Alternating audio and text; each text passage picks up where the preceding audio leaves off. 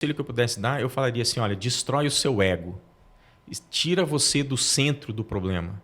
Né? Porque as pessoas às vezes ficam tão focadas no eu quero crescer na carreira, o que eu tenho que fazer, o que eu tenho que fazer para aumentar meu salário, o que eu tenho que fazer, todo mundo que está perguntando o que eu, é sobre eu, é o ego, cara, tá errado. Porque você tem que estar perguntando assim, o que eu posso fazer pelo outro? Não existe...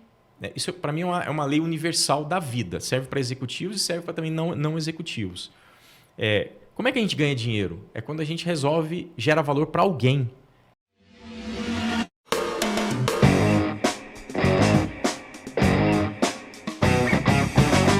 Bem-vindos ao PRcast. Pois é, estamos de volta num novo formato, num novo espaço, com convidados ainda especiais. Esse é um podcast que a gente pode chamar agora de videocast, que vai trazer sempre assuntos para inovação, assuntos do ecossistema de empreendedorismo, vamos falar sobre comunicação, marketing, tudo e qualquer assunto que envolva o ambiente de inovação no Brasil, você vai conhecer aqui no PRcast, sempre com convidados especiais. Se você quer ficar por dentro de quem participa aqui, dos assuntos que a gente fala, ficar de olho nos cortes, siga as nossas redes sociais, ative as notificações das plataformas que você acompanha, principalmente o YouTube e das plataformas de streaming de áudio, e nos acompanhe, que a gente sempre adianta quem vai participar aqui.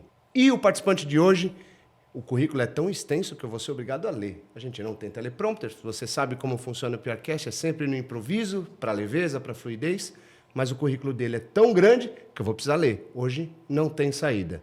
Meu convidado de hoje é o Flávio Guimarães. Obrigado, Flávio. Obrigado por ter aceito o nosso convite. Obrigado. Seja bem-vindo ao PRcast. Obrigado a você, Bruno. Vou ler o teu currículo, você me corrige se eu estiver errado, tá? Mas vamos lá. O cara é somente presidente da Corning, na América do Sul e Caribe. A Corning, para quem não sabe, é uma das maiores empresas do mundo. Ela tem 170 anos. Ele é presidente aqui na América do Sul e no Caribe. Mas ele é formado pela Escola de Engenharia Industrial de São José dos Campos. Tem MBA pela Stockholm School of Economics. Já participou dos programas na Wharton School e na Singularity University. Tem 24 anos de experiência. O cara é tão viajado, é tão experiente, que já tem passagens e atua em países como Suécia, Índia, Holanda, China, além de todos os países da América Latina.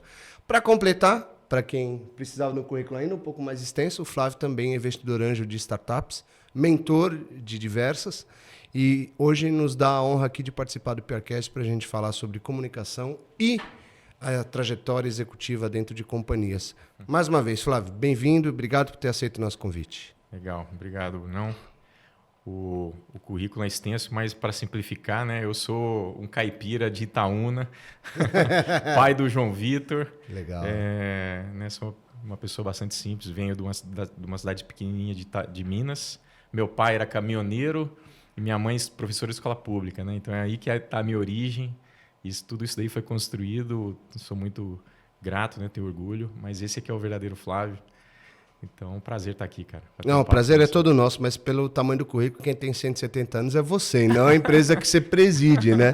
Mas eu gosto de histórias que começam assim, são histórias que fogem da curva, né? Uma origem humilde e pequena numa cidade do interior, mas que hoje é referência como executivo.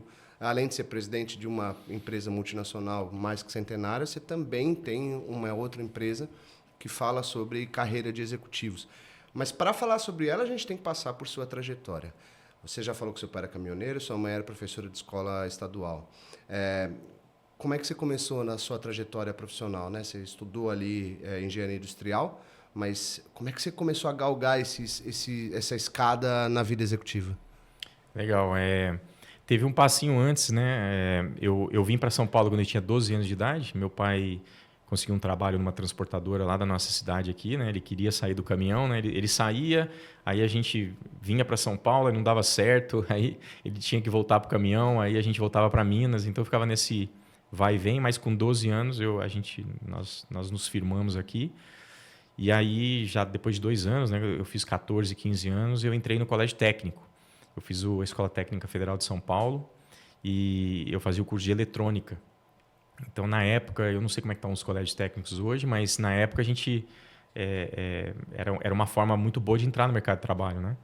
A gente fazia o colégio técnico, era um colegial com matérias técnicas, muito mais forte a parte técnica, E já no terceiro ano eu comecei a fazer estágio. Eu fiz um estágio na Telesp, ainda era a antiga Telesp, né? Os mais novos não vão saber o que é, né? Que hoje é a Vivo, né? Então todo mundo hoje conhece a Vivo, a marca Vivo. Alguém sabe que é um orelhão, talvez? Hoje em dia ninguém saiba, né? Que a marcou na Telesp ali. Exatamente, isso foi em 96.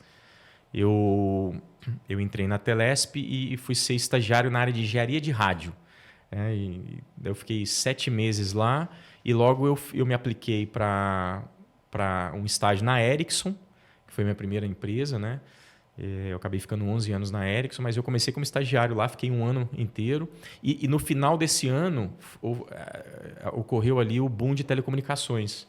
Vieram as privatizações do setor de telecomunicações, com as licenças de telefonia celular, e as empresas começaram a implantar as redes de telefonia celular. E eu entrei na Ericsson como estagiário na área de logística de telefonia celular. Tinham 12 pessoas na época.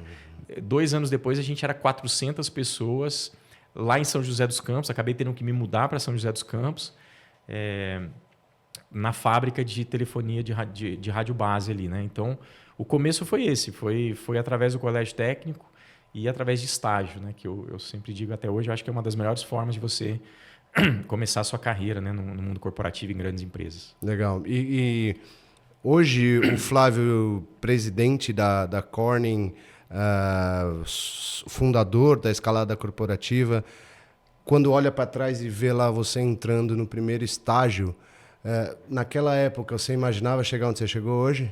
Não, de jeito nenhum, né? Mas eu era um cara que tinha muita vontade, assim, cara. Eu tinha uma coisa, eu sempre falo, né, que isso acho que vem dos nossos pais, vem de quem te influencia, né? Talvez você não está sendo criado pelo seu pai, pela sua mãe, mas você tem alguém que te influencia, que te prega ali os valores. Eu brinco que a minha mãe, ela é de uma família humilde, muito católica, muito caridosa. Então, minha avó era a dona Margarida do Correio, da cidade de Itaúna. Então, todo mundo conhecia minha avó, porque era do Correio. E minha avó ajudava muita gente na cidade. E a minha mãe, muito caridosa, muito católica. Então, ela sempre pregou muito. Ela falava assim, Flávio, a humildade é tudo na vida, né? Então, humildade é tudo na vida. E quando eu comecei a trabalhar, ela falava assim, aí, tá trabalhando direitinho? Né? Com aquele sotaque mineiro. Direitinho? Tá trabalhando direitinho? Se você tiver sem serviço, pede mais serviço. Né? Então, se a sua chefe te der alguma coisa para fazer e você acaba antes, pede mais serviço, né? Minha mãe falava isso. Uhum. E meu pai, ele, né, era esse cara que... Meu pai começou a trabalhar com 9 anos de idade, na fundição, em Itaúna. 9 anos, 9 né? anos, né? Isso Essa geração outra época, né? Acho que o pessoal não está acostumado, né? Hoje em dia, os nossos pais começaram a trabalhar muito cedo, Isso né? nem pode mais, né? Mas assim, meu pai não estudou, né? Estudou só até a 4ª série, família muito humilde, 11 irmãos, né? Ele era o penúltimo. Então, ele começou a trabalhar muito cedo, depois entrou para o exército, daí ele viu o caminhão como uma grande chance dele, né, conhecer o mundo. E ele viajava o mundo mesmo, então ele tem esse espírito aventureiro de abrir, né, desbravar, e ele falava para mim ele falava sempre assim, olha, a vida só é dura para quem é mole. Né? Então, ele falava, a vida só é dura. Eu acordei a vida inteira, de manhã ele tirava o cobertor da gente e gritando e acendendo a luz do quarto, e eu e minha irmã, a gente dormia no mesmo quarto. Uhum. E ele falava, a vida só é dura para quem é mole, vamos lá, vamos levantar, tá na hora. E a gente, não, pai, mais um pouquinho. Não, a vida só é dura para quem é mole. E ele falava assim, tudo que você quiser fazer é só treinar. Ele falava. Eu ficava impressionado com essa frase dele, porque às vezes a gente estava vendo alguma coisa, vendo um jogo de futebol, um cara que jogava muito, e eu, esse cara joga muito, né, pai? Ele disse, é porque ele treina. Ele treina todo dia. Se você treinar, você fica bom também. Então, eu sempre tive isso na cabeça. Então, quando eu comecei minha carreira, cara, eu comia grama, assim. Uhum. Imagina, eu era um cara que tinha essa origem, que entrei numa multinacional com 19 anos, no meu 2º ano como efetivo. Eles transferiram todo mundo, né? A Ericsson decidiu transferir todo mundo lá para a fábrica de São José dos Campos, que estava crescendo muito, não tinha espaço aqui no escritório de São Paulo. E eu fui para a fábrica, fui morar sozinho. A Ericsson, ela fez um plano de transferência para funcionário que eu consegui dar entrada num apartamento com 19 anos de idade. Olha isso. Né? Transferi minha faculdade para lá, estudava à noite. Então, eu era muito grato por toda aquela oportunidade. Eu comia grama mesmo. Se tive trabalhar... Não só grato, como você agarrou a oportunidade, né? Tem muita gente que olha uma oportunidade dessa e se assusta. Uma mudança de cidade, eu sou muito jovem, não sei o que eu quero na vida. Você estava muito decidido, sempre foi muito decidido, né? Então, Eu imagino que olhar da posição hoje de presidente de uma mega companhia para o Flávio ali, começando, mudando de cidade, abraçando o desafio, traz um certo orgulho também, mas consegue reconhecer o risco que aquela situação montava. Você acha que os executivos de hoje em dia, olhando esse risco que você correu naquela época, eles hoje, você consegue dividir em proporção? A maioria corre o risco, a maioria não corre o risco? Como é que você sente um pouco o mercado de executivos na tomada de decisão para uma mudança de carreira nesse nível?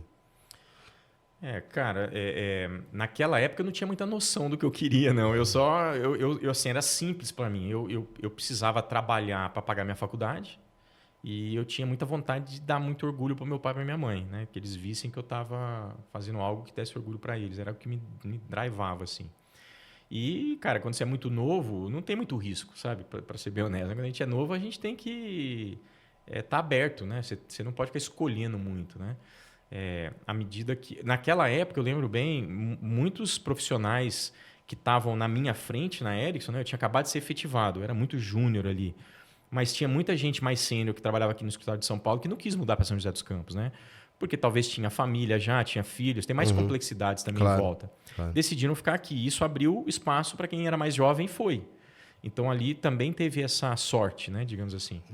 Agora, à medida que você vai desenvolvendo a sua carreira, é lógico que você vai pesando mais, você tem mais coisas a colocar a perder, assim, digamos, né? Então, às vezes você se estabelece, que nem eu falei, você tem família, você tem filho. Então, quando vem uma oportunidade, você tem mais coisas para pesar. Então, né? Então, a balança começa a pesar mais, né? Você começa a analisar mais.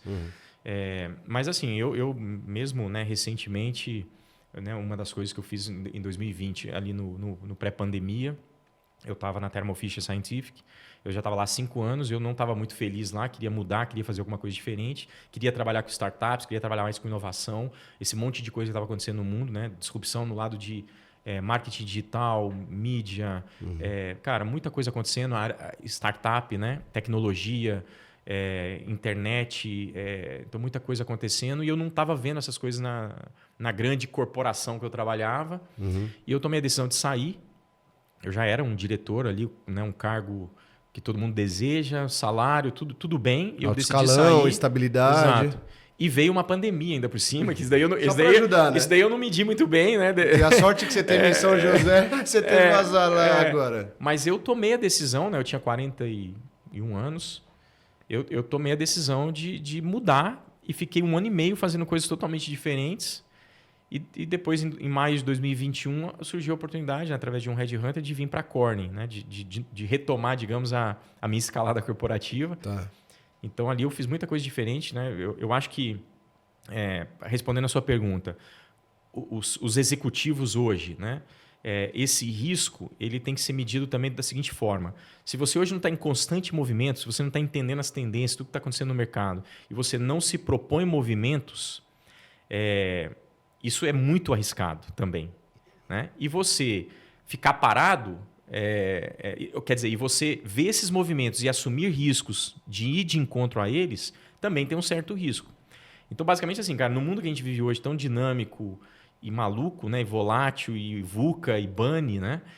Se você ficar parado, você está correndo um grande risco, e se você for de encontro a esses movimentos, você também está correndo risco. Então, assim, o que você prefere? Ficar parado e correr um risco que você nem sabe que está correndo, ou comprar os riscos que você quer correr? Então, eu tenho muito isso na minha cabeça. Né? Eu tento ser uma pessoa muito dinâmica, muito antenada e me propondo esses riscos, né? De tempos em tempos. Eu imagino que, atualmente, na tua posição executiva, você tem um volume de tomada de decisões muito grande, né? No dia, na semana, no mês.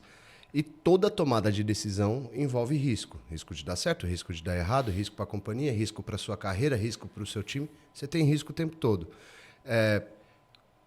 Você tem alguma regra que você segue nessa tomada de decisão? Como é que você avalia para tomar uma decisão dentro do teu dia a dia de executivo? Essa pergunta é muito boa. Eu acho o seguinte, né? Na agenda de um executivo, você consegue controlar ali uns 60%, 70%, e daí tem uns 30% ali, 40% que você fica meio que... Você tem que se adaptar, né? E eu acho que tem executivos que têm menos controle ainda porque eles não se organizam, né? Eu tenho muito claro, eu trago isso nas minhas mentorias, né, da escalada para os profissionais que eu mentoro, e para o meu time, né, e dentro das empresas que eu trabalho, já tem bastante tempo que eu tenho um mecanismo operacional bastante claro, né? Eu acho que todo executivo ele tem que ter muito bem definido quais são os 3, 4, 5, no máximo, pilares estratégicos que você está tocando no seu negócio, que está alinhado com os stakeholders, né? No meu caso, os meus chefes lá de fora da matriz, né? Ou quem trabalha numa empresa de dono, com os donos da empresa, com o conselho da empresa. Então, você tem que ter isso muito claro e você tem que derivar e criar um mecanismo operacional que é como se fosse uma roda que gira de período em período, né? Então, eu faço isso mensalmente, né?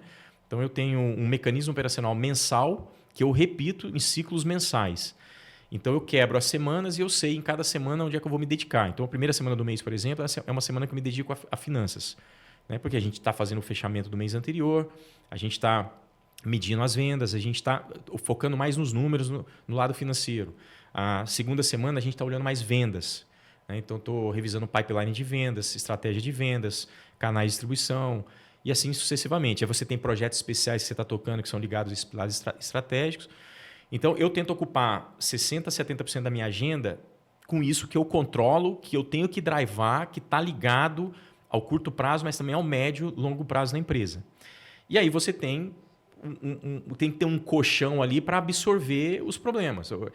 Vindo para cá, eu tenho uma pessoa no time que está numa situação específica e ela me ligou e é uma coisa ali dela que me pegou de surpresa, que é tensa, é uma negociação tensa entre ela, os interesses dela, da empresa, né? Eu, como presidente, eu tenho que tomar uma decisão que às vezes eu não posso privilegiar ninguém. E, cara, me deixou um pouco estressado, eu tive que lidar com isso e não estava nem no meu plano, entendeu? Porque a pessoa tá de férias e acabou. Quer dizer, os 30% que você falou é o improviso, é aquilo que surge no dia a dia, é aquilo que não está programado. Mas você diria que 70% do seu tempo ele tem que ser programado para as tomadas de decisões não correrem tanto risco assim, ainda que existam. Sim. Né? Você tem que ter esse frame, né, dos assuntos que você está tocando e conduzindo para que não haja muita surpresa naquilo que é, digamos assim, parte desse pilar estratégico. Né? Nós vamos chegar ainda no escalada corporativa, que eu quero falar bastante dele, mas eu queria fazer mais uma pergunta de curiosidade para quem está nos assistindo, até para conhecer um pouco a carreira do Flávio. Como presidente de uma companhia multinacional, obviamente a gente sabe que tem outros executivos te assistindo que te usam como exemplo, senão você não teria o escalada corporativa que a gente vai falar daqui a pouco. Existe algum conselho que você consegue dar para esses caras, para eles tentarem segurar a ansiedade ou não sejam ambiciosos ou encurtem caminhos? Porque tem muita gente que não tem muita paciência de esperar. Falar assim, não, quero subir, quero escalar, quero crescer rápido. Mas a tua foi baseada em um misto de competência e oportunidade. Né? Então, tem muita gente que não tem competência, mas não tem oportunidade. Tem gente que tem oportunidade, mas não tem competência. Existe algum conselho que você pode dar para quem está no começo da carreira, ou ainda está no meio da carreira, ainda não evoluiu quanto gostaria? O que você fala para esse cara que está ali meio que num limbo entre quero subir, mas não consigo, não posso descer? Tem alguns ângulos que eu acho que a gente pode trazer aqui na conversa. Né? Eu falo que a nossa carreira está sempre dividida em 3 níveis, né, dessa escalada. Então, o primeiro é a base, o segundo é a escalada em si e o terceiro é o que eu chamo de transformação. Então, o que é isso? Quando a gente está... Isso não significa que você está na base quando você está no começo da sua carreira. Vamos pegar um exemplo aqui, claro, de alguém, né, que você falou, está no meio da carreira, é ali um coordenador de um departamento, mas quer virar o gerente, né, quer assumir posições maiores e digamos que ele assuma uma posição de gerência. A primeira posição de gerente dele, ele tem que voltar na base. Por quê? Porque ele podia ser um bom coordenador, estava ali 3, 4 anos como um bom coordenador, mas agora ele assumiu, ele foi para um patamar, né, maior, É igual numa escalada da montanha mesmo, né? As pessoas que escalam montanhas, elas atacam a montanha e param numa base. Ataca, aí se prepara naquela base, se adapta à altitude, espera o melhor tempo, ataca de novo a montanha, para em outra base, né? Então, quando você virou gerente, você tem que entender essa base, você tem que ter humildade para identificar o que é que você tem que aprender agora, né? Então, tem um momento da carreira que você tem que ter essa humildade, que eu trago da minha mãe lá, para você entender o que você tem que aprender. Ali é para aprender, ali é para você se entender, ali é para você definir o seu próximo objetivo. Então, tem muito autoconhecimento, autoconsciência.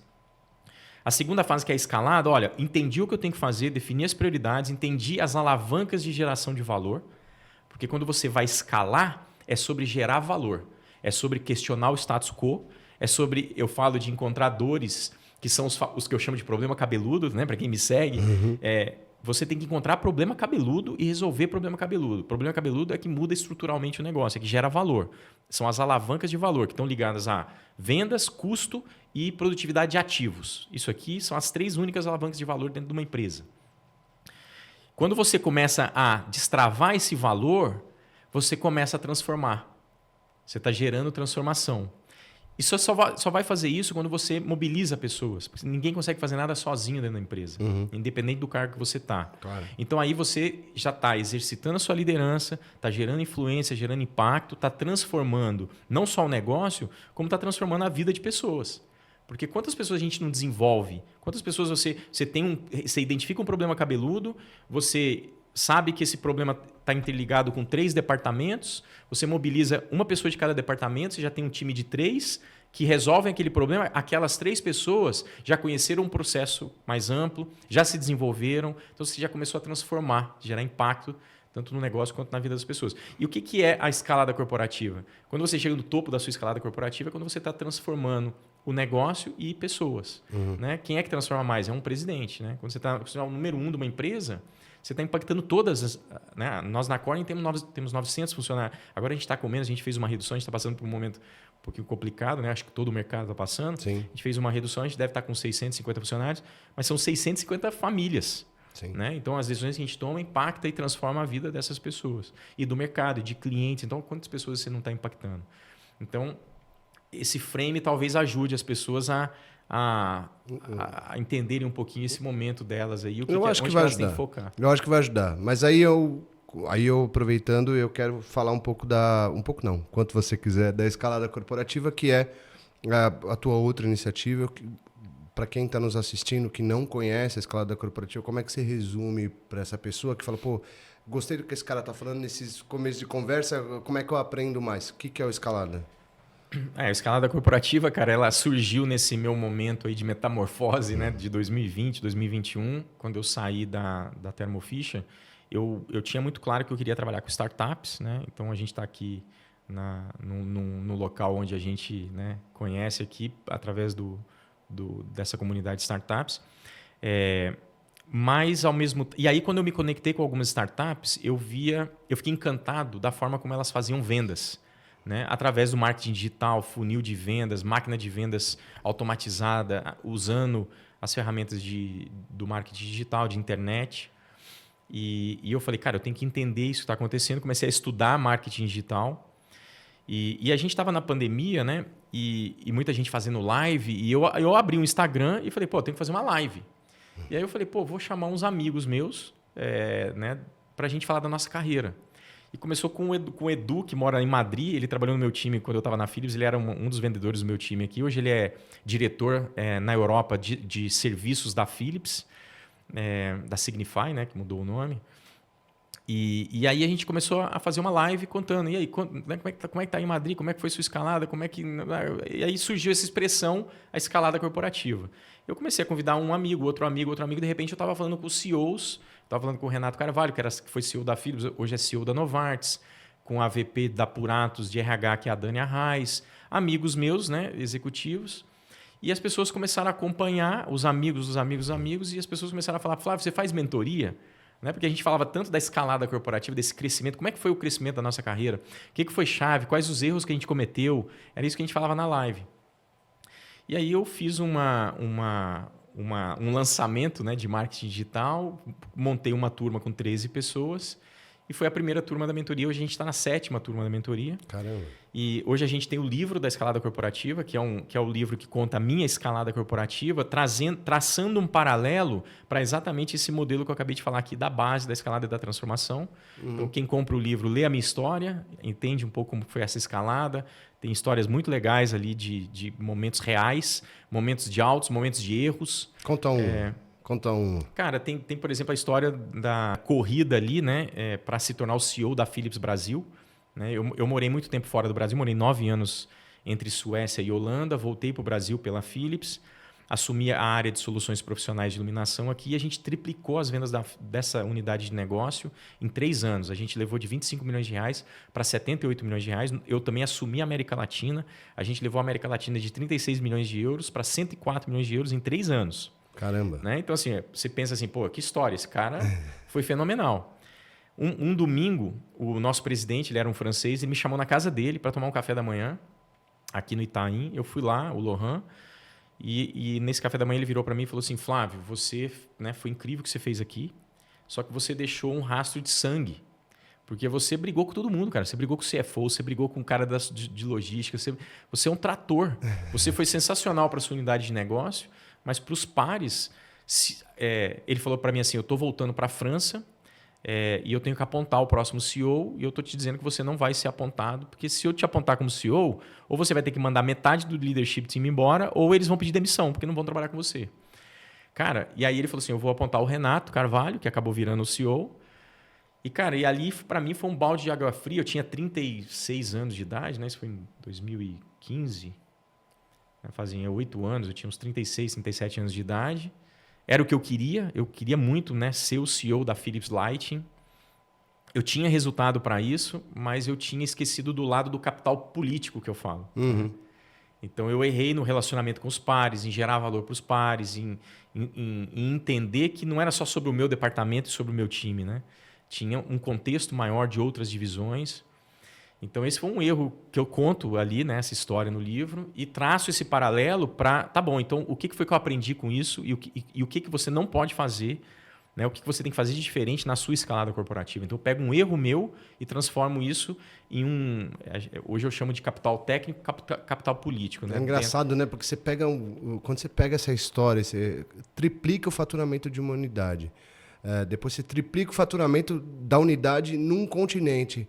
Nossa, esse cara é um fenômeno. Se esse cara não for presidente, alguém está errando. Na verdade, quem estava errando era você. Era eu, E você acha que esse é um erro comum de quem tem uma ambição muito desmedida, quem confunde ambição com ganância dentro da jornada corporativa? Tem, cara. É um erro muito comum que ninguém ensina. MBA não te ensina, pós-graduação não te ensina. Quando você é promovido a diretor de uma empresa ou gerente, o seu diretor ou o seu vice-presidente não vem falar para você, vem cá, vem aqui, devia ter um negócio assim, né? Você foi promovido, aí o CEO da empresa, o presidente da empresa ou o vice-presidente da empresa chama você, bota numa sala, você fica 2 dias com ele, ou devia ter o livro da escalada corporativa para ele te entregar e você lê. Mas não tem, né? E eu falo que agora tem escalada corporativa. Tá. Porque, cara, a gente continua achando que para gerar resultado é focar no capital técnico, é focar no técnico, é focar no resultado, é focar nos números. Mas, cara, é pessoas. Né? Você, quando está num cargo executivo, o seu desafio é muito mais as pessoas do que o lado técnico, a estratégia. Né? Tem várias pessoas que brincam, né, que falam isso, né, cara? Você ter... A gente que investe em startup, né?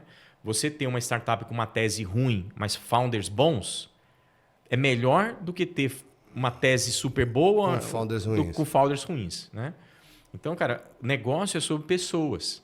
Então, quando você entende isso, é o que eu falo. A gente fica construindo durante toda a nossa carreira o nosso capital técnico. Imagina que você tem 2 potinhos, né? um em cada ombro. É o potinho do capital técnico. A gente é ensinado, a gente tem referência, a gente mede qual que é o diploma que o diretor de marketing tem. Ele fez pós-graduação na GV. Então, eu vou lá e faço pós-graduação na GV. Estou pronto para o cargo. Mas e o outro lado que é invisível, que é o potinho do capital político? Você pode chamar de potinho do capital político ou potinho do capital social, que é, cara, a construção de relacionamento genuíno, é gerar valor para as pessoas, é olhar o mundo não pelo seu lado, mas pelo lado das pessoas, a empatia, a compaixão. né? Então, assim, tem todo um lado que é o que faz a diferença realmente para você mobilizar as pessoas para que você faça grandes transformações. Mas o executivo ele não pode olhar, nunca ser orientado para número. Ele não pode esquecer do ambiente, ele não pode esquecer do contexto. Exatamente. E pegando esse gancho, né? Quando você tem uma escalada corporativa, né? Eu adoro o nome porque você pode usar no contexto, mas quando você tem uma escalada corporativa como a sua, por exemplo, em que hoje você é presidente de uma mega companhia aqui no Brasil, você passa a virar o que a gente chama de vidraça. Você passa a estar na luz, sob os holofotes. E querendo ou não, e esse é o que a gente até fala na PR para as empresas que trabalham com a gente, quando você está no holofote, você tem que se comunicar. Não é uma opção, é obrigatório.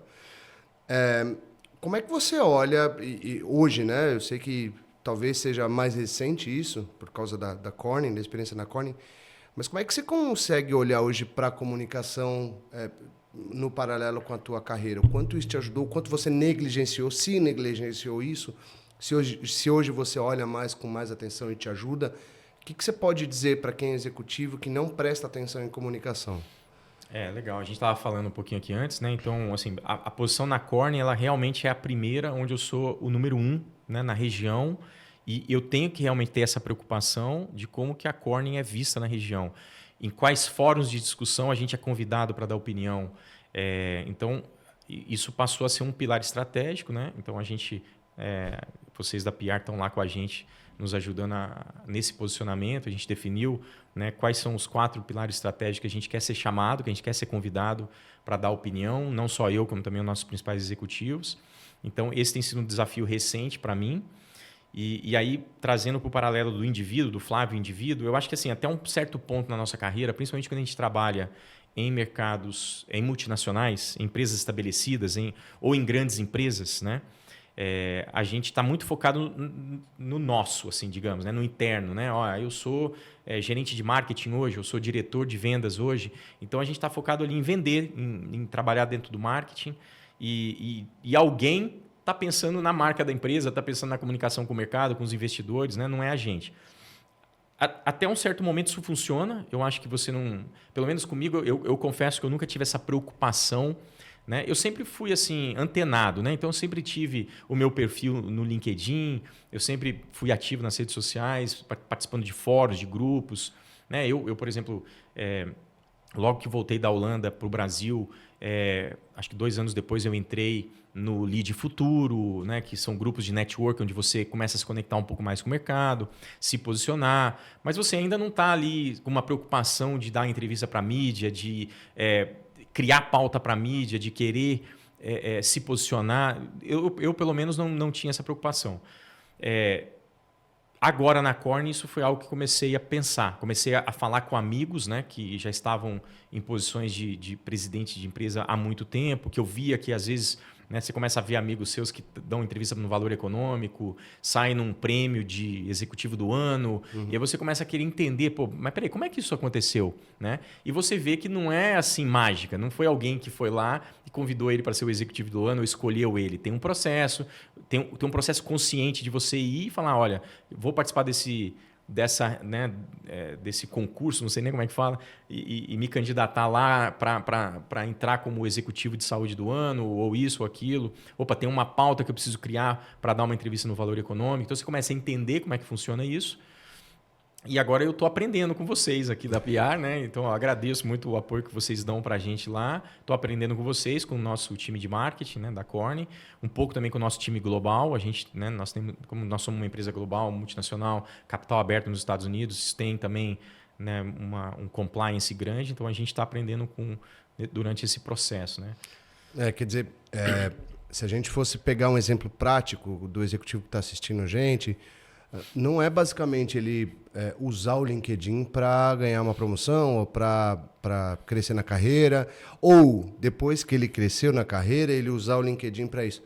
É tudo consequência de experiência, consequência de entendimento, de entender contexto, de entender momento, de ter profissionais bons ao seu lado.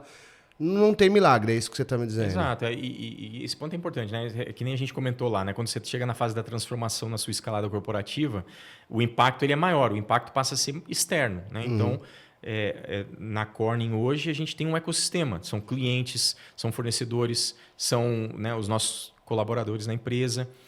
Todos eles olham para mim para ver qual que é a mensagem da empresa. Né? Então, a gente precisa ter essa consciência e passa a fazer parte do papel. Então, a minha preocupação não é mais o Flávio individual, profissional. A minha preocupação é realmente eu sou um representante número 1 da empresa da Corning na América Latina. Você como é que eu faço a camisa Corning? E as pessoas podem te confundir com a Corning. Né? Existe, né, essa confusão entre o indivíduo e o executivo. Né? Eu tento manter isso separado, né, porque eu não sou o presidente da Corning. Né? Eu estou como presidente da Corning. Mas é meu papel, é esperado de mim que eu posicione a Corning, né, no mercado, nos clientes, para que o mercado busque a gente e gere negócio para a Corning. Né? Que nós nos conectemos com os fóruns corretos, as empresas corretas, as associações corretas. A gente tem também uma parte que a gente está trabalhando que não existia aqui na empresa nos últimos anos, que é a parte de Government Affairs. Né?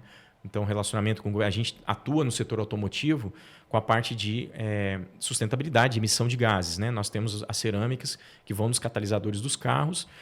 E você tem as PLs, né, que muda a legislação, a gente está na PL 8, e depois vai vir a 9, e cada vez mais você diminui as emissões, né, as regulamentações globais de emissão de gases nocivos ao ambiente, e está sendo mais controlado.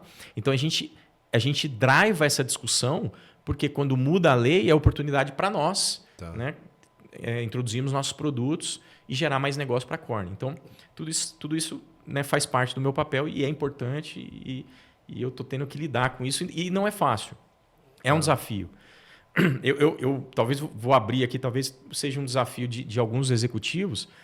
Muitas vezes eu fico num conflito assim de, caramba, o quanto é ego, é o meu ego, é eu, né, querendo aparecer, né, o quanto, você vê você sair numa capa do Valor Econômico dando uma opinião sobre algo, né, do seu setor. O quanto que isso é ego, né? Eu quero fazer isso porque, isso é legal pra caramba, minha mãe vai ver, meu pai vai ver, vão ficar orgulhosos, né? E o quanto que isso vai realmente gerar resultado para a empresa. Então, eu fico, né, com um pouco de conflito em relação a isso, tentando, né, ser o mais imparcial possível. Tá bom, quanto que a gente vai investir de tempo nisso, quanto que isso realmente vai dar resultado. No final das contas, eu tenho que gerar resultado para a empresa. Né? A gente tem que alcançar o budget de curto prazo, né, as vendas desse ano, que praticamente nossa matriz coloca para a gente. Mas é minha responsabilidade estabelecer a visão do quanto que nós vamos dobrar, nós vamos triplicar as vendas daqui 3, 4, 5 anos aqui na região. Então, talvez até uma pergunta para você, se você me permitir, né? Como que você enxerga isso? Como que os outros executivos das outras empresas... Como que você faz um coaching, né, nos executivos?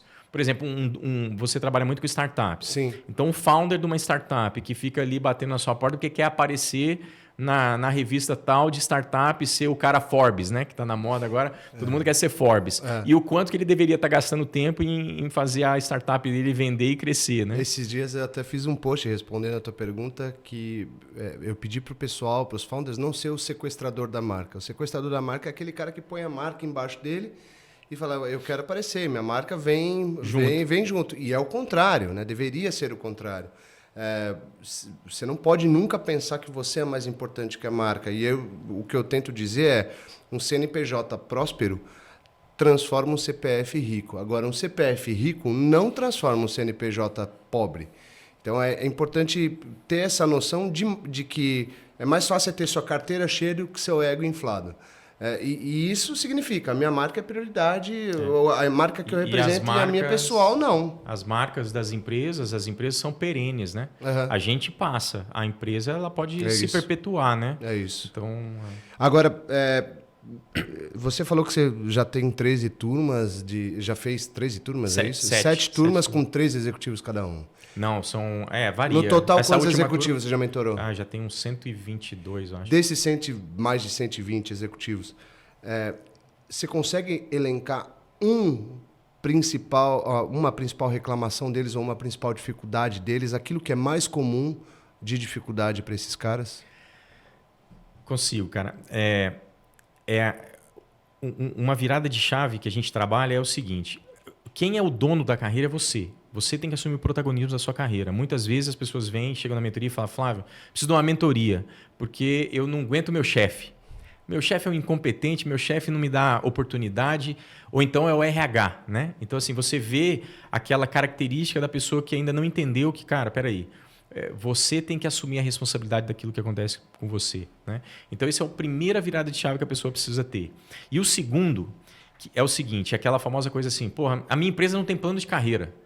Eu não consigo ver qual que é o meu próximo passo, para onde que eu vou ser promovido. Aí eu brinco assim, olha, plano de carreira é igual você acreditar em Papai Noel.